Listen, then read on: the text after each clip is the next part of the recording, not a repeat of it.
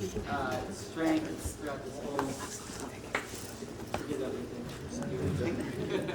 I want to thank my parents, my in-laws, my mother-in-law crocheted this beautiful little kippah yesterday, and for their help and support, and all the help and support I know is coming, and to the community that we're blessed to be part of. So we named our son Itai Lev, and he's named after my paternal grandfather, Grandpa Bernard Miller Siegel. Bernard in German and French means brave, and Lev means heart. So among other virtues, it communicates courage and bravery.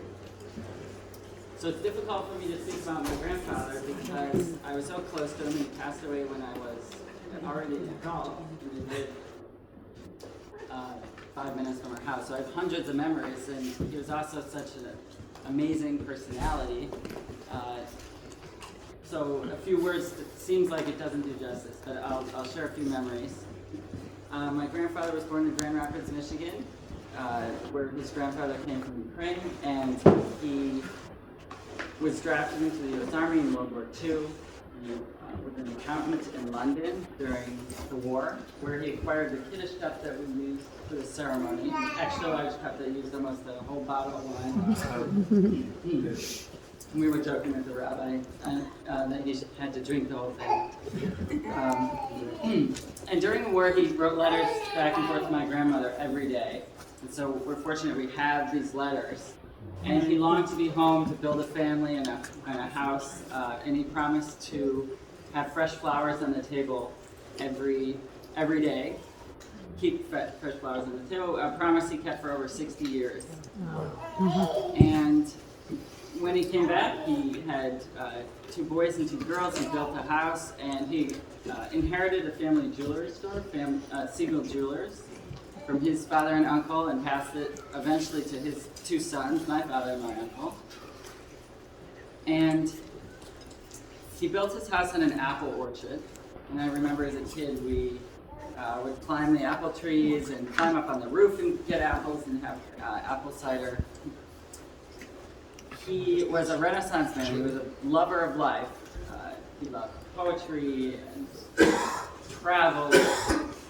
Really loved food. He'd be proud that we're having inflation for us.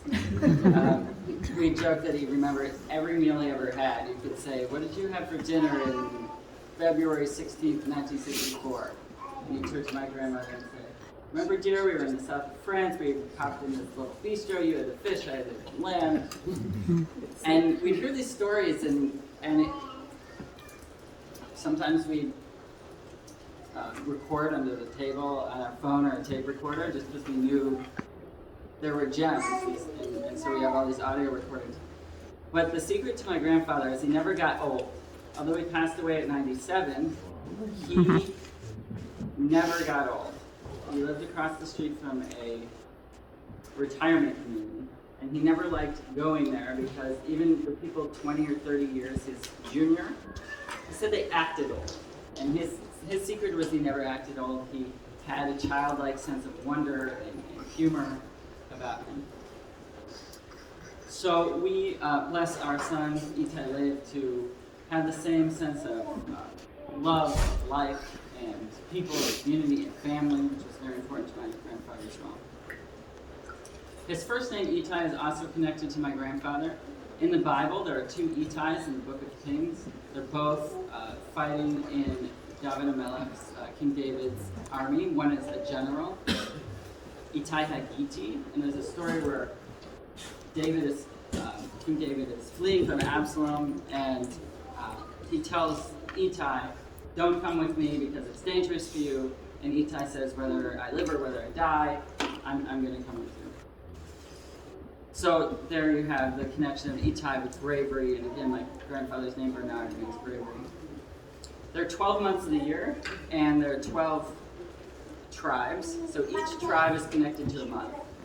Itai was born in Elul, and the tribe connected to Elul is the tribe of Gad. And Gad would fight on the front lines of the army, so there's another connection between bravery, my grandfather's name, Bernard, and Itai. The name Itai itself means with me. And we bless Itai to remember that three things are with him always. Torah, God, Torah, and Israel. God, he was born right before Rosh Hashanah, right in this time of year where there's a strong connection to the divine, and we hope he remembers that always. Torah, in last week's Torah portion, which will be his bar mitzvah portion, Mitzavim, there's a verse, Kikara ve'lecha hadavar me'od u'picha u'levavcha la'asoto, that the Torah is very close to us, in our mouths and in our hearts to do. So that verse connects his first and his middle name, Kikara me'od, that the Torah is very close to us, or Itai with me, in our hearts, above. And so we bless him as well to always remember that the Torah is with him. And then Israel, Itai is an acronym for a verse from Psalms 137. If I forget you, O Jerusalem, may my right hand forget its cunning. His name is spelled Aleph Yud Tav Yud, and it's an acronym for Yishkefek, Aleph, Yerushalayim, Yud, Tishkach, Tav, Mini, Yud. So even built into his name is a remembrance of connection to Israel. So I want to conclude by just speaking about the time in which he was born. It's a very special time of year. 5 days before Rosh Hashanah, on the 26th of Elul. Rosh Hashanah is the birth of humanity, so it's a perfect time to be born. Also, it's the season of tshuva, the season in which we are returning to our authentic selves, and we shed old negative patterns and try to reorder our inner lives so that we are living closer to our true neshamas and our initial, having a better sense of living. Tikkun, the Hebrew word for fixing, shares the same letters as tinok, baby, just switching around one letter, or swapping two letters. So that means that the concepts are connected. Part of doing tshuva, part of fixing ourselves is coming back to our original nature. And a baby reminds us of that, and that actually was, I think, the secret to my grandfather's magic. That he always retained this sense of wonder, and as I said before, never felt like he got old despite his age. So we also bless Itai with that same sense of wonder. And then finally, he was born just before the end of the year.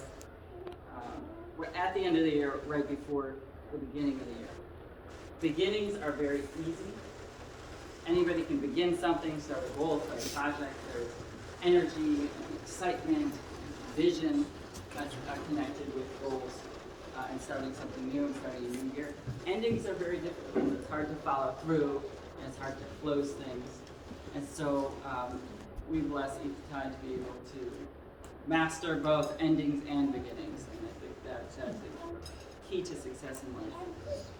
So we put a lot of thought into the names of our kids. We want it to be infused with layers of meaning that both remind them through their life's journey about the virtues that we hope they have.